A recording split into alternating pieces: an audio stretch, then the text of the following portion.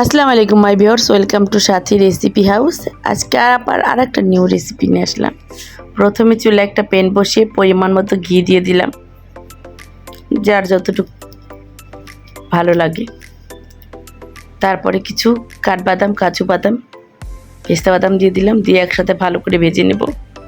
খুব ভালো করে ভেজে নেব, একদম পুড়ে যাবে না, লাল হবে না, মানে একটু ভাজাটা যাতে করা হয়। খুব ভালো করে অল্প আঁচে ভেজে নেব কিছু সময়। তারপরে ভাজার পরে ভিউয়ার্স, রেসিপিটা ভালো লাগলে সাবস্ক্রাইব প্লিজ, বেশি ভালো লাগলে লাইক কমেন্ট শেয়ার করে পাশে থাকবেন। তারপরে খুব ভালো করে ভাজার পরে ভিউয়ার্স সেমাই দিয়ে দিলাম, লাচ্ছি সেমাই।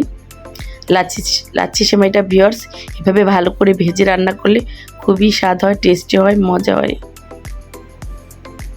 এভাবে ভেজে না খেলে বুঝবেন না যে কেমন টেস্ট হয়। এমনি সেমাইটা দেখবেন গলে যায় দুধে দিলেই, আর এটা দুধে ভিজালেই মনে করেন মচমচে থাকবে, খুব স্বাদ লাগবে। তারপরে খুব ভালো করে একদম অল্প আঁচে ভেজে নেব, একদম উল্টে পাল্টে লাল করে ভেজে নেব।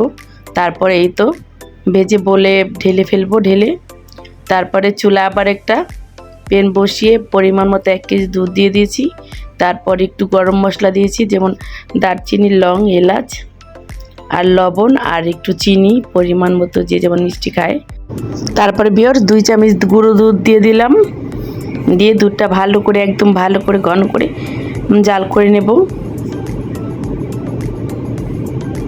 এই তো খুব ভালো করে ঘন করে জাল করে নিয়েছি। তারপরে ভিউয়ার্স দুধটা নামিয়ে ভালো করে ঠান্ডা করে নেব, যাতে আঙুল চেপে রাখা যায় এমন ঠান্ডা করে নেবেন। কুসুম গরম, একদম কুসুম গরম পানি, গরম, বেশি গরম না, তাহলে এই সেমাইটা স্বাদ লাগবে না।